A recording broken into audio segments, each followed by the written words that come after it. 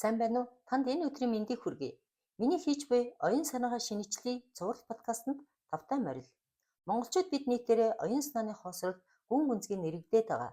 Тэгвэл энэ явдлыг дагалдаж нийгэмд гэр бүлд үнэхэрийн утгагүй амьдрал, утгагүй үзэгдлүүд нийтлэг оршдог болсон.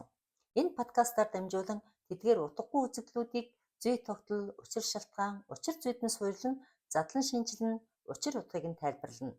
За би өнөөдөр хохирогчийн дүр бүтээдэг хүмүүсийн тухай ярихаар бэлтлээ. За хохирогчийн дүр бүтээх явдал нийгэмд ч гэр бүлдэж маш их орширсоор байгаа буруу үзэгдэл юм. Тэгвэл тэднийг ямар шинж тэмдгээр таних вэ? Энэ тухай эхлээд мэдээлэл өгье. За эхний шинж тэмдэг бол тэд эхнэр нөхрөө хүмүүст үргэлж мууддаг. 1-2 удаа хэд хэдэн удаач биш үргэлж янз бүрээр муулж байдаг. Энэ ертөнцийн хамгийн муу муухай хүн гэсэн сэтгэл төртөл муулна.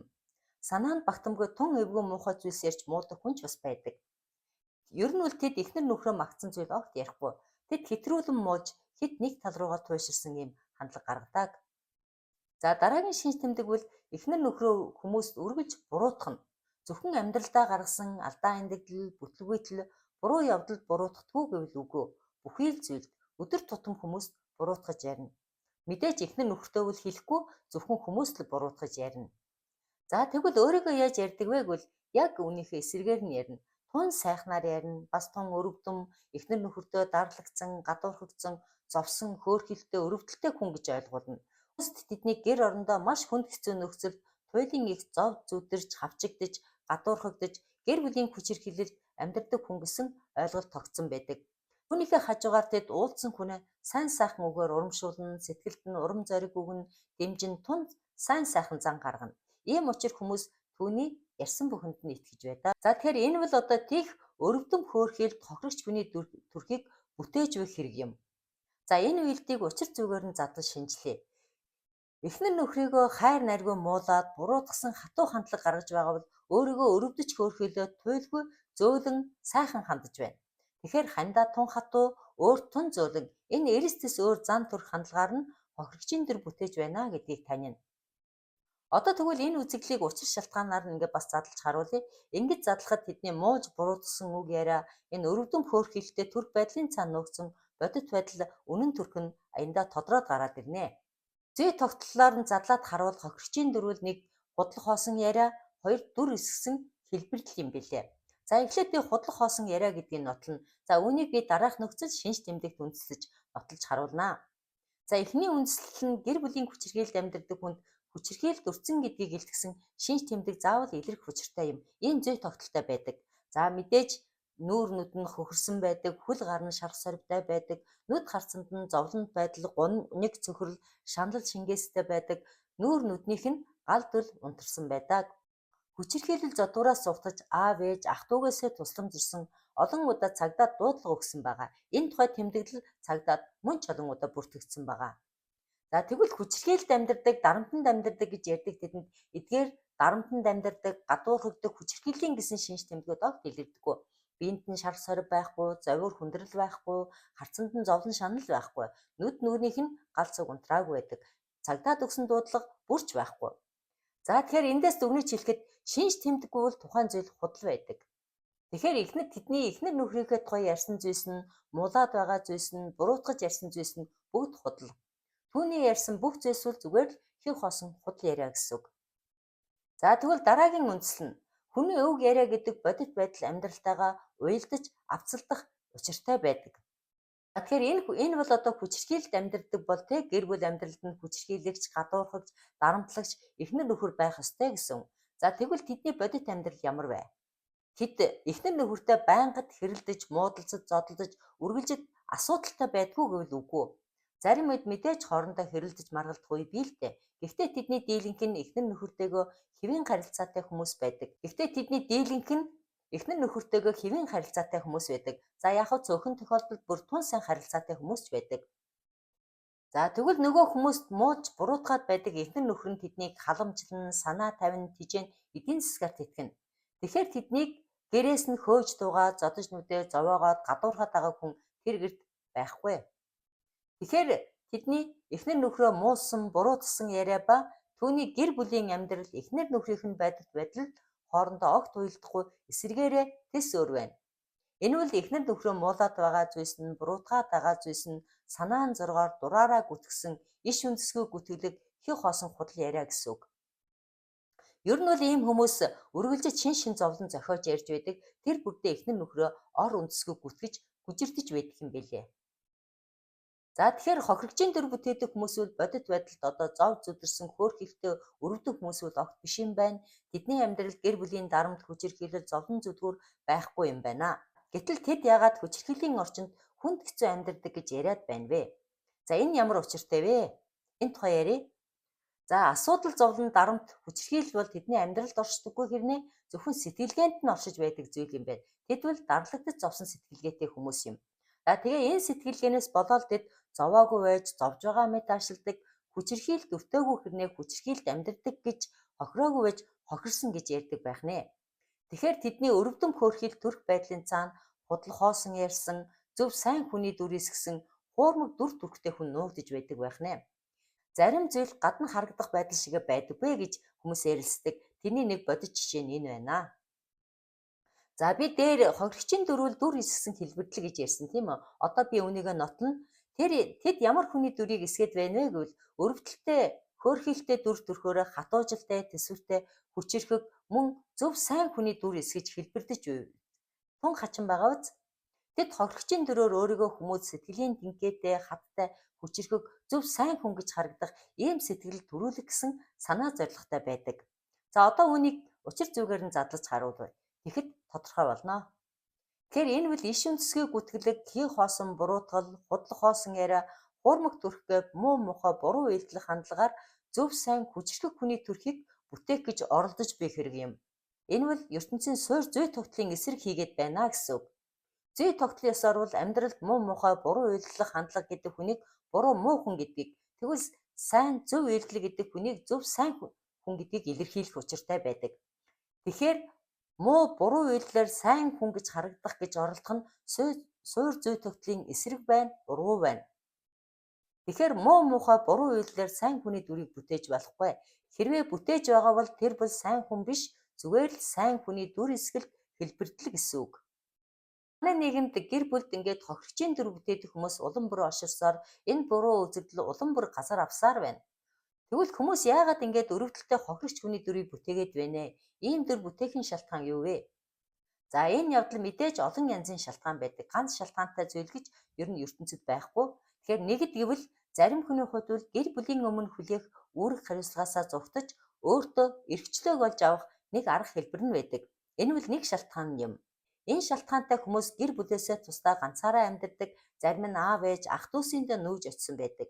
Тэд бас түүнийг муусан, буруутгасан үгэнд итгэж, түүнийг гэр орондоо хавчигдсан, гадуурхагдсан, гэр бүлийн хүчирхийлэлд амьдардаг хүн гэсэн ойлголттой болсон байдаг учраас гэртээ байлгадаг. Гэвч үнэн хэрэгтээ бол гэр бүлийн хүчирхийлэл дарамтнаас болоод биш, гэр бүлдээ үүрэг хариуцлага үүрхээс зугцсан байгаа нь энэ юм аа. За тэгэхээр тэд эхнэр нөхрийн аав ээжийн үүргээс энэ байдлаар чөлөөлөгдөн, эрх чөлөөтэй болно, цалин мөнгөө зөвхөн өөртөө зарцуулж, эхнэр нөхөртөө мөнгөө өгөхгүй, үр хүүхдэд зарцуулахгүй, тэднийгээ тижээхгүй, сургууль цэцэрлэгээс нь авахгүй, гэрийн асуудалд огт оролцохгүй болдог. Зарим нь бүр үр хүүхдэд өвдөж зовхож тоодгүй хүн бас байдаг. Тэгээд тэд зөвхөн өөрийн хар амны төлөө амьдарч эхэлдэг. Тэгвэл үүний төлөө л тэд хохирогчийн дүр бүтээдэг юм бэлээ. За ер нь хохирогчийн дүр бүтээдэг хүмүүс бол одоо голдуу хар амиаг хичээсэн ийм бэртгчин зантай байдаг. Ер нь бол монголчууд бид сүүлийн үед нэлээ их тийм хар амиаг хичээсэн бэртгчин зантай болсон. Тэгвэл энэ зан амьдралд хохирогчийн дүр болж хэлбэрцсэн байгаа нь энэ юм аа. За зарим хүний хувьд бол бас хүмүүсээр өрөвдүүлж хайрыг мэдрэхийн тулд байдаг. Энэ бол өөр нэг шалтгаан юм. Байглаас яасан төрлөх хөвгөлөөрөө бол хүнд хэцүү, хөөрхилттэй зовлонт байдал гэдэг хүний өрөвч зөөлөн нинжин сэтгэлийг хөдлөгдөг. Ийм учраас аяндаа л зовлонг нь хуваалцсан, өрөвдөж хайрлан, халамжлан, санаа тавина, тусалж дэмтэн, сайн сайхан хандхад хүргэдэг. Тэгвэл хохирогчийн дүр бүтээгчид төрөлхөөс өгөгдсөн энэ өгөгдлийг ашигладаг. Түүний өрөвдөлтөй яриаг сонссон хүмүүс сэтгэл нь өвдөн, санаа нь зовно, тун их өрөвдөн, өрөвч зөөлөн зарим бүр нулимс сунгана. Тэгээд түүний талд орж эхнэр нөхрийг нь буруутгана, хамт муулна, үзэн ядна. За тэгвэл тэдний хувьд хүмүүс өөрийг нь ингээд энэ мэтээр өрөвдөөд эхнэр нөхрийг нь муулж үзэн ядаж байвал сэтгэлд нь тун таатай байдаг. Ер нь муулж үзэн ядах тусам тэдний сэтгэл хана, аз жаргал думбадаг. За тэгвэл энэ мэдрэмжийг мэдрэхийн тулд хүмүүсээр өрөвдүүлэхийн тулд тэдний хайрыг мэдрэхийн тулд зарим хүн энэ мэтээр хохирогчийн дөр бүтээдэг. Тэд бол өөрийгөө өрөвдөж бусдаар өрөвдүүлэх явдалд дурлаж донцсон хүмүүс юм. Өөрийг нь өрөвдөх хүнийг хайж танихгүй хамаагүй хүмүүс өөрийн өрөвдөлтэй амьдралаа ярина. Яриаг нь сонсож өрөвдөж хөөрхилсэн хүн тэдний шин зовлон заавал сонсох ёстой, сонсоод өрөвдөх үүрэгтэй хүн болдог. Учир нь тэд дайралдах бүртээ өөрийн шин зовлонд хөөрхилт амьдралаа ярьж өрөвдүүлнэ. Нэгэнт одоо өрөвдүүлэхэд дурласан учраас тэд хүмүүсээр өрөвдүүлэхийг хэтрүүлээд байгаа нь энэ юм. Тэгэхээр амьдралд өөрийгөө өрөвдөх, бусдаар өрөвдүүлэх гэдэг маань бас хэм хэмжээтэй байдаг. Хэрвээ хэмжээг нь хэтрүүлвэл өрөвдүүлэх гэдэг үнэхэрийн утгагүй өчүүхэн арчаагүй ийм шинжтэй болно.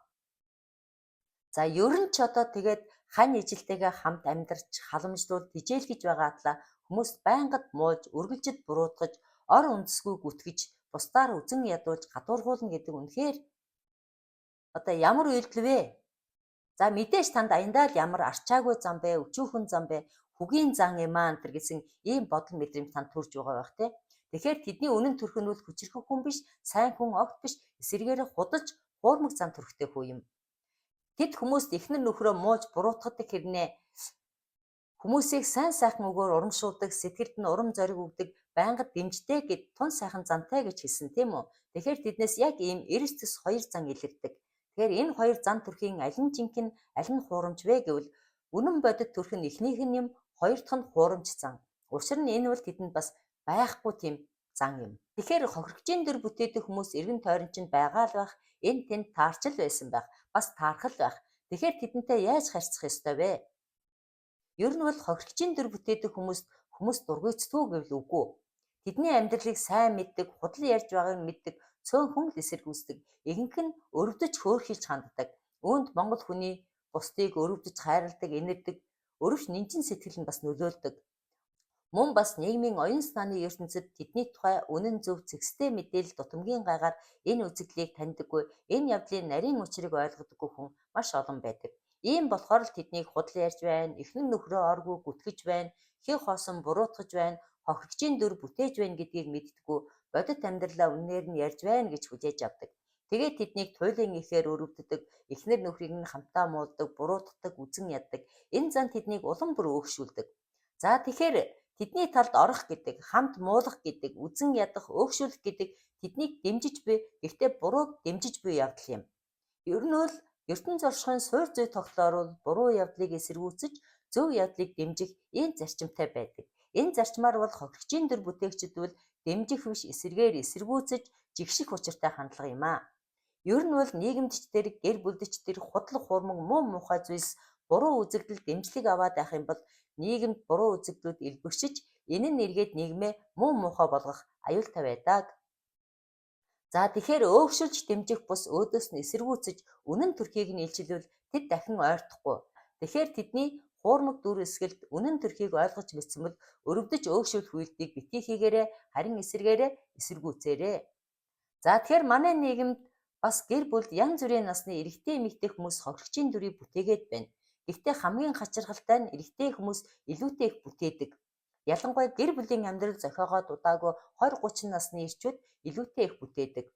За ер нь эрх хүйс гэдэг бол байглаас өгөгдснөөрөө бол хүчирхэг нэгэн учир өөрөөс хүчгүй дурайг хүүхэд эмэгтэйчүүдийг хамгаалах юм төрлөх өгөгдөлтэй байдаг. Тэгэхээр эрэгтэй хүн гэдэг өөрийн гэр бүл, эхнэр хүүхдээ хамгаалах үүрэгтэй гэсэн үг. За тэгэхээр амьдрал дээр энэ үүрэг их олон янзаар хэлбэрчсэн байдаг л да.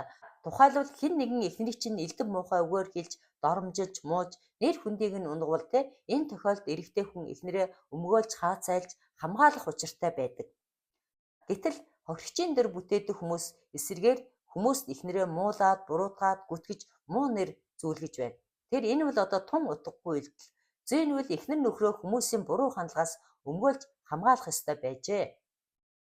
Тэгэхээр тэдний эхнэр нөхөртэй хандаж байгаа хандлага нь буруу байна, уруу байна, утгагүй байна, гаж байна. Мөн бас байглаасаа хүчрхэг байх өгдөлтэй эрэгтэй хүнийг хохирогчийн дөр өчүүхэн арчаагүй дорой хөгийн харагдуулж байна. Энэ бол эр хүнийхээ хувьд доройцсон байгааг нь шинждэг юм. Энэ бол тэдэнд бас хөгжил төлөвшил дутсаан гэсэн нэг дохио тэмдэг юм аа. Хэрвээ энэ подкаст танд таалагдсан бол лайк дараарай, шеэр хийгээрэй, бас миний YouTube сувгийг дагаарай. Дараагийн дугаараар уулзъя. Баяртай.